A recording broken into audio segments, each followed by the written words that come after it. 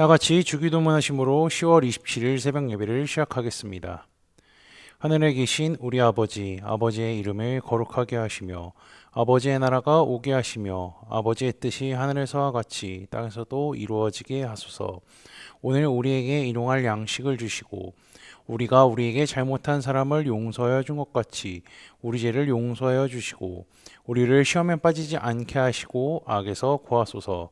나라와 권능과 영광이 영원히 아버지의 것입니다. 아멘. 다 함께 찬송가 80장 찬양하겠습니다.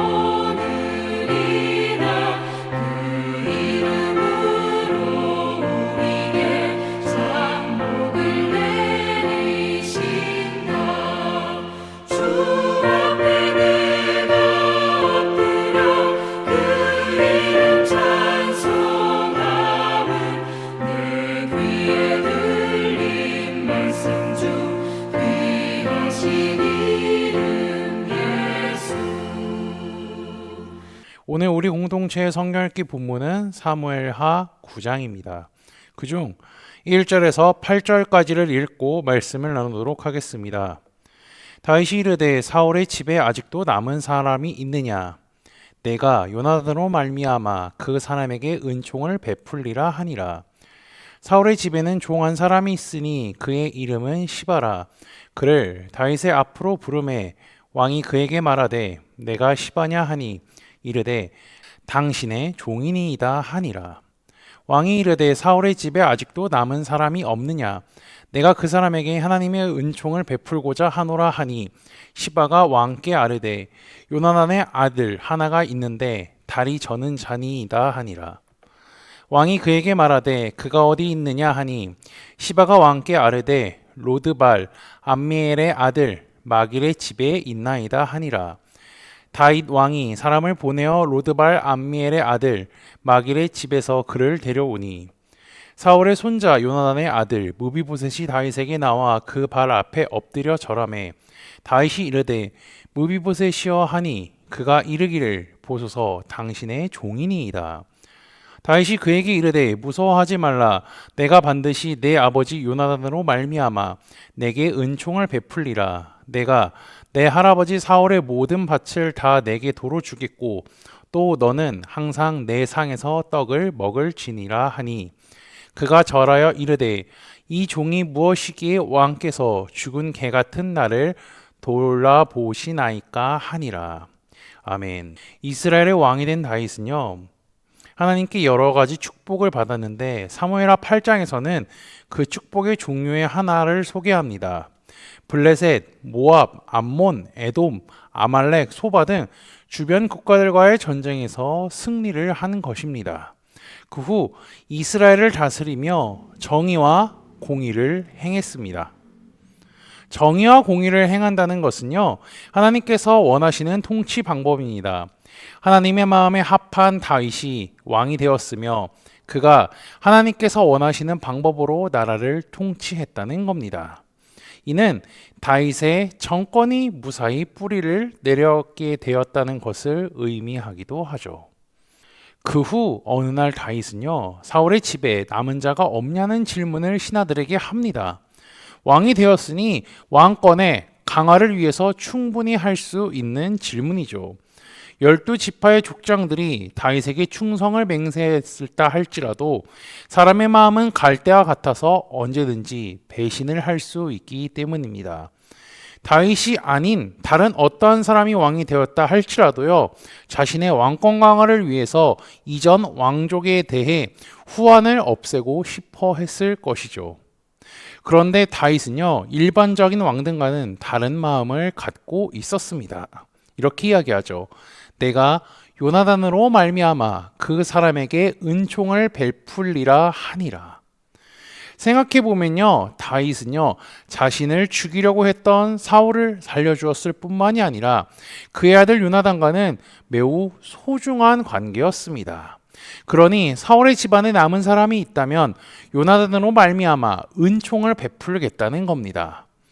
다윗의 신하들은 왕의 명령에 순종하여 사울 집안의 남은 자를 찾아 나섰습니다. 그 소문이 이스라엘 전 지역에 퍼졌죠. 그래서 시바라는 사람이 나타났습니다. 그는 사울의 종이었죠. 다윗의 신하들이 사울의 집안 사람을 찾자 그는 일반 사람들과 같이 생각했을 겁니다. 내가 섬기는 사울의 집안을 멸망시키기 위해서 찾는구나, 이렇게 말이죠. 그래서 그는 자신이 살기 위하여서 다윗의 방패에 나갔을 때 이렇게 말합니다. 나는 당신의 종입니다. 어쨌든 다윗이 남은 자에 대해서 묻자 그가 요나단의 아들이 하나 있는데 다리를 저는 자라고 합니다. 다리를 저는 자라는 것은요, 쓸모없는 자라고 의미하는 것이고요, 왕위를 이을 수가 없다는 것을 의미하기도 합니다. 어쨌든 그는요, 로드발에 있는 마길의 집에 있다라고 하죠. 로드발은요, 목초가 없는 땅이고 사울의 아들이었던 이스보셋이 왕으로 다스리던 곳이었습니다. 다윗은 사람을 보내 무비보셋을 데려오라고 합니다. 무비보셋 이름의 뜻은요, 부끄러움을 없애는 자라는 겁니다. 그는 다윗 앞에 왔고요, 엎드려 절합니다. 무비보셋은요, 시바를 통하여서 다윗이 왜 불렀는지에 대한 이유를 들었음에도 불구하고 그의 의심은 사라지지 않았을 겁니다. 물론 그가 다리를 절기 때문에 정치적으로 어떤 것을 할 수 없음에도 불구하고요, 왕가의 핏줄이었기 때문에 새로운 왕조가 들어섰을 때 이전 왕조가 어떻게 될지는 누구보다 잘 알고 있었습니다. 그래서 다윗이 겉으로는 환영을 한다 할지라도 그 속은 달랐다고 판단했을 겁니다. 그는 불편한 다리로 다윗 앞에 나와 엎드려 절합니다. 보소서, 당신의 종입니다. 그는 살기 위해서 이러한 말과 행동을 하는 겁니다. 무엇셋은 자신이 언제 죽을지 모른다는 생각에 벌벌 떨고 있습니다. 그 떨림이요, 다윗과 그 자리에 함께 있는 사람들이 모두 느꼈을 정도였습니다. 벌벌 떠는 그를 보고 다윗이 이렇게 이야기합니다. 다윗이 그에게 이르되 무서워하지 말라. 그러면서 그의 아버지 요나단으로 말미암아 은총을 베풀겠다라고 말하죠. 그뿐 아니라 할아버지 사울의 이름으로 된 모든 밭을 주고요, 항상 왕 옆에서 떡을 먹을 것이라고 합니다. 무비보셋은요, 자기가 죽을 줄만 알았는데 갑자기 은혜를 입게 된 것입니다. 다윗은 그를 아무런 조건 없이 대우하고 사랑한다는 것을 보여주고 있죠. 어떤 신학자는요, 다윗의 행동을 가지고 정치적으로만 해석하는 사람이 있습니다. 그런데 그가 정치적으로 치밀한 자였다면요, 이미 사울을 죽일 기회가 있을 때 그를 죽였거나 무비보셋이 살아있다는 소식을 듣자마자 사람을 고용하여서 그를 소리소문 없이 죽여버렸을 겁니다. 하지만 다윗이 취한 행동은 그게 아니었습니다. 무비보셋에게 아무런 조건 없는 은혜를 베푼 것입니다. 다윗은요, 죽은 위기에 처했을 때 요나단을 통해 하나님께 받은 은혜를 잊지 않았습니다. 그것을 기억하고 있었을 뿐더러 요나단과의 깊은 우정을 잊지 않고 갚는 자가 되었죠. 조금 더 넓게 표현해 볼까요? 다윗은 무비보셋에게 하나님의 사랑을 보여주고 있는 것과 같습니다. 무비보셋도 다윗의 진심이 느껴졌고요. 그가 다시 한번 절하며 죽은 개 같은 자신을 돌봐주심에 감사하다고 표현합니다. 그는 소문으로 들었던 다윗의 모습과 실제 모습이 너무나 다른 것에 놀랐으며 자신이 받은 은혜에 감사할 수밖에 없었습니다. 그 후 다윗은 사울의 시종 시바를 불러서 앞으로 어떻게 할지 말해줍니다. 사울과 그의 온 집안에 속한 것은 내가 다 내 주인의 아들에게 주었노니. 시바의 입장에서는 황당한 일이 일어난 겁니다. 자신이 생각한 대로 흘러가면요, 다윗은 무비보셋을 죽여서 사울의 자손을 남기지 않아야 하는데 정반대로 흘러갔습니다. 시바는 다윗이 무비보셋을 죽이고 그의 거처를 제보한 자신이 큰 보상을 받을 것이라 생각했는데 다윗은 생각대로 흘러가지 않았죠. 그리고 시바에게 새로운 명령을 내립니다. 너와 내 아들들과 자손들은 그를 위하여서 땅을 갈고 양식을 길러야 하며 일정 양을 주인을 위해 바쳐야 한다고 합니다. 실제적으로 일은 시바가 하되 무비보셋에게 세금과 관리비를 내라고 하는 것입니다. 시바는 자신의 목숨을 연명하기 위하여서 다윗에게 자신이 누구의 족인지 수정해서 말했습니다. 사실 그는 무비보셋의 위치를 고발한 고발자라고 할 수가 있지만 다윗은 무비보셋을 해치기 위하여 찾은 것이 아니기 때문에 전혀 문제가 되지 않았던 겁니다. 다윗은 주변 사람들이 무비보셋에 대해 어떠한 말을 하고 건의를 하던 간에 신경 쓰지 않았습니다. 왜냐하면요, 그는 요나단을 통하여서 받았던 은혜와 사랑을 잊지 않고 그것을 무비보셋에게 베풀었기 때문이죠. 그러니 신하들이 아무리 그에 대해 말을 한다 할지라도 신경 쓰지 않았던 겁니다. 원래 무비보셋은요, 다윗이 왕으로 있는 동안, 다윗 왕조가 굳건할 동안 평생 눈치를 보며 음지에서 살아갈 수밖에 없었던 사람이었죠. 그렇지만 다윗은 자신이 요나단으로부터 받은 은혜를 잊지 않고 그의 아들인 무비보셋에게 은혜를 베풀었습니다. 그래서 무비보셋의 삶은요, 숨어서 눈치 보고 살아가는 것이 아닌 왕과 함께 좋은 것을 먹고 마실 수 있게 된 것입니다. 13절은요, 그의 삶이 어떻게 바뀌었는지 잘 설명해 주죠. 무비보셋이 항상 왕의 상에서 먹음으로 예루살렘에 사니라. 다윗의 이러한 행동은요, 그가 얼마나 신의를 지키며 지혜로운 사람이라고 말할 수가 있는 것입니다. 그는 요나단과의 약속을 잊지 않았죠. 사무엘상 20장을 보면요, 두 사람의 자손들 사이에 하나님께서 영원히 함께 하신다고 하셨습니다. 당시 요나단은요, 왕자였지만 하나님의 뜻을 더 잘 알고 있었기 때문에 다윗을 살려준 겁니다. 그뿐 아니라 다윗 역시 목숨을 건진받은 은혜를 잊지 않고 그것을 갚았습니다. 이러한 사람들이 또 있었습니다. 바로 길르앗 야베스 사람들이죠. 그들은요, 사울에게 받은 은혜를 잊지 않고 그의 장례를 치러줬습니다. 우리는 이거를 사무엘상을 마치면서 말씀을 들었죠. 그 결과 그들은 어땠습니까? 다윗을 통해 하나님께 축복을 받았습니다. 길르앗 야베스 사람들이나 다윗이나 모두 받은 은혜를 잊지 않고 갚았습니다.